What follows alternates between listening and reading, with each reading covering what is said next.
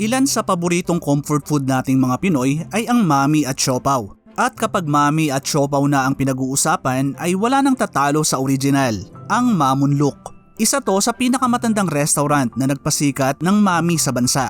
At kung isa ka sa madalas na kumakain dito nun ay siguradong gusto mo ring malaman kung ano na ang nangyari rito. Kaya yan ang pag-uusapan natin sa video na to mga kasangkay. Aalamin natin ang kasaysayan ng Mamunluk at ang kwento ng taong nasa likod nito. Pero bago tayo magsimula ay iniimbitahan kitang mag-subscribe kung bago ka lang sa aking channel at mahilig ka sa mga ganitong content. Pakiclick na rin ang bell icon para lagi kang updated kapag nag-upload ako ng mga bago kong video.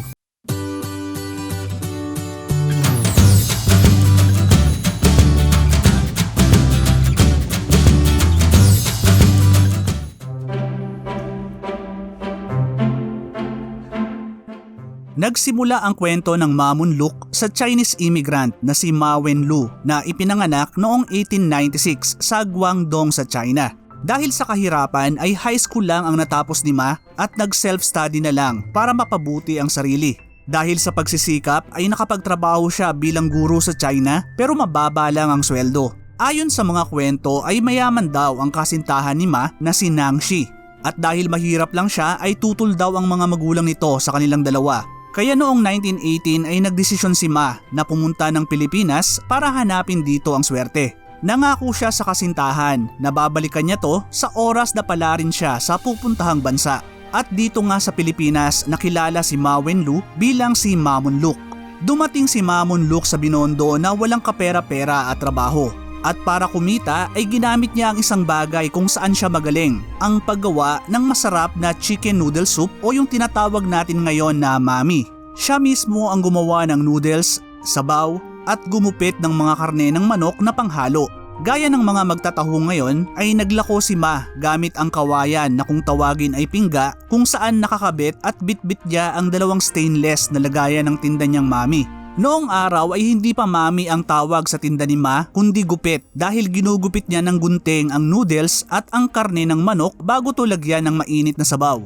Di nagtagal ay tinawag niya na ang tinitinda niya na mami na nanggaling daw sa pangalan niya na Ma at Sami na salitang Chinese para sa noodles. Kaya ang literal na kahulugan daw ng mami ay mas noodles o pansit ni Ma. Pero sa kasamaang palad ay hindi niya raw naiparehistro ang pangalan kaya di nagtagal ay marami na rin ang gumamit nito. Dahil sa masarap at kakaibang timpla ay sumikat agad ang mami ni Mamunluk.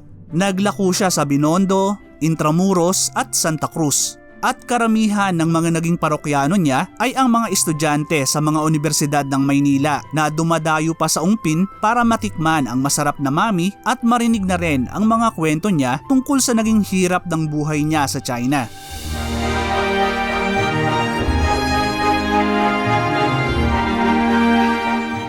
Nagpatuloy ang pagsikat ng masarap na mami ni Mamunluk hanggang isa sa mga suki niya ang nag-alok sa kanya ng pwesto sa Tomas Pinpin Street sa Binondo.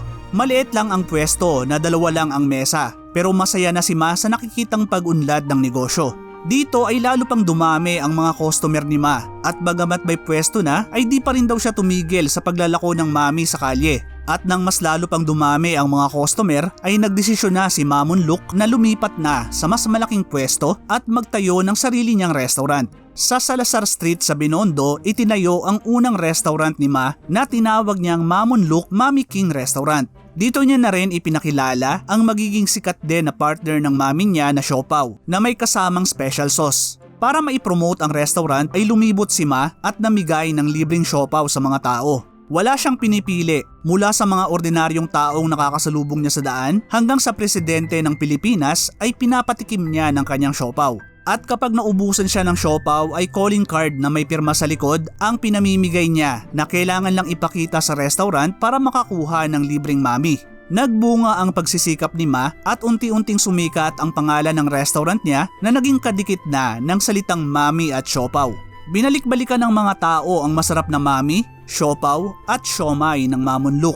Dahil sa tagumpay ay nakaipon si Ma ng pera para magtayo ng isa pang restaurant at tuparin ang pangako sa kanyang iniibig.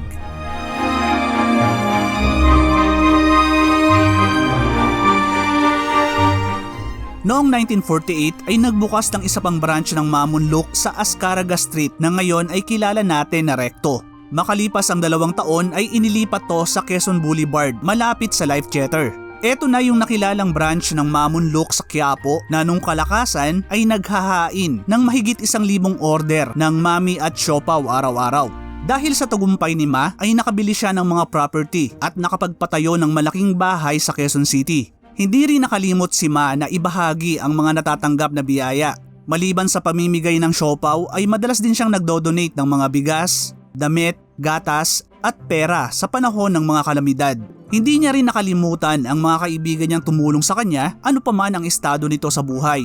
May kwento nga na nung mga panahong hindi na presidente si Elpidio Quirino ay dinadalaw pa rin to ni Ma sa bahay nito sa Novaliches. Sabi nga raw ni Pangulong Quirino na sa dami raw ng mga kaibigan niya noong nasa posisyon pa siya ay tanging si Ma lang ang nakaalalang dumalaw sa kanya. At dahil nakamit na ang tagumpay at nagkaroon na ng yaman ay natupad na rin ni Ma ang pangako sa kanyang minamahal. Bumalik siya sa China para kunin ang kamay ng kasintahan na si Nangxi. Isinama niya to pabalik sa Pilipinas at dito na sila bumuo ng pamilya kung saan biniyayaan sila ng 4 na anak at nabigyan din ng Filipino citizenship. Nagpatuloy ang tagumpay ng Mamunluk na pagdating ng 1950s ay kilala na sa buong bansa. Isa to sa naging pinaka-iconic na Chinese restaurant na marami na ang gumaya pero nabigong tapatan ang naging tagumpay at kasikatan. Namatay si Mamunluk noong 1961 dahil sa cancer. Ang mga anak niya ang nagmana sa negosyo at gamit ang kanyang original na recipe ay nagpatuloy pa rin ang Mamunluk Restaurant sa paghahatid ng masarap na mami at siopaw sa mga Pilipino.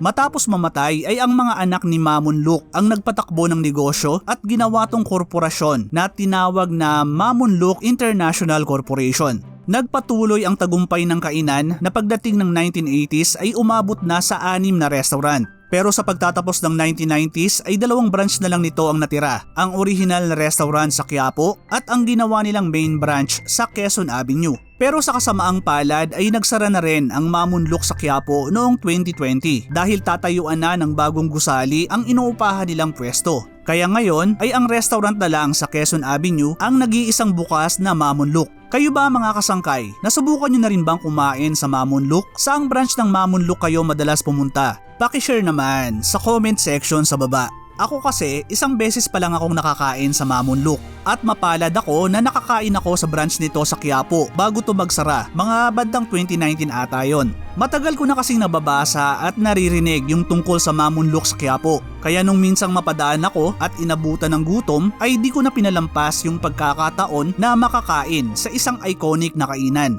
At masasabi kong panalo nga talaga yung mami at siopaw nila at naintindihan ko na kung bakit marami pa rin ang hinahanap-hanap to hanggang ngayon. Mas lalo akong humanga sa Mamunluk ngayong alam ko na ang mayaman nitong kasaysayan. Nakakabilib hindi lang yung rags to riches na kwento kundi pati na rin yung love story ni Mamunluk. Isa siyang patunay na hindi hadlang ang kahirapan para matupad ang mga pangarap natin sa buhay, mapapag-ibig man yan o yaman. At dahil naging paborito na nating mga Pinoy ang mami at siopaw ay marami nang nagtitinda nito ngayon sa iba't ibang sulok ng bansa. At sana ay hindi natin makalimutan ang taong nagpasikat ng mga pagkain na to, ang tinaguriang Mami King na si Mamunluk. Maraming salamat sa muling pagsama hanggang sa dulo ng video natin mga kasangkay. Ano ang masasabi nyo sa kwento ng Mamunluk? Paki-share naman ng mga kwentong Mamunluk ninyo sa comment section sa baba. Paki-click na rin yung like button kung nagustuhan nyo yung content na to. Hanggang sa susunod na video mga kasangkay. Thank you for watching.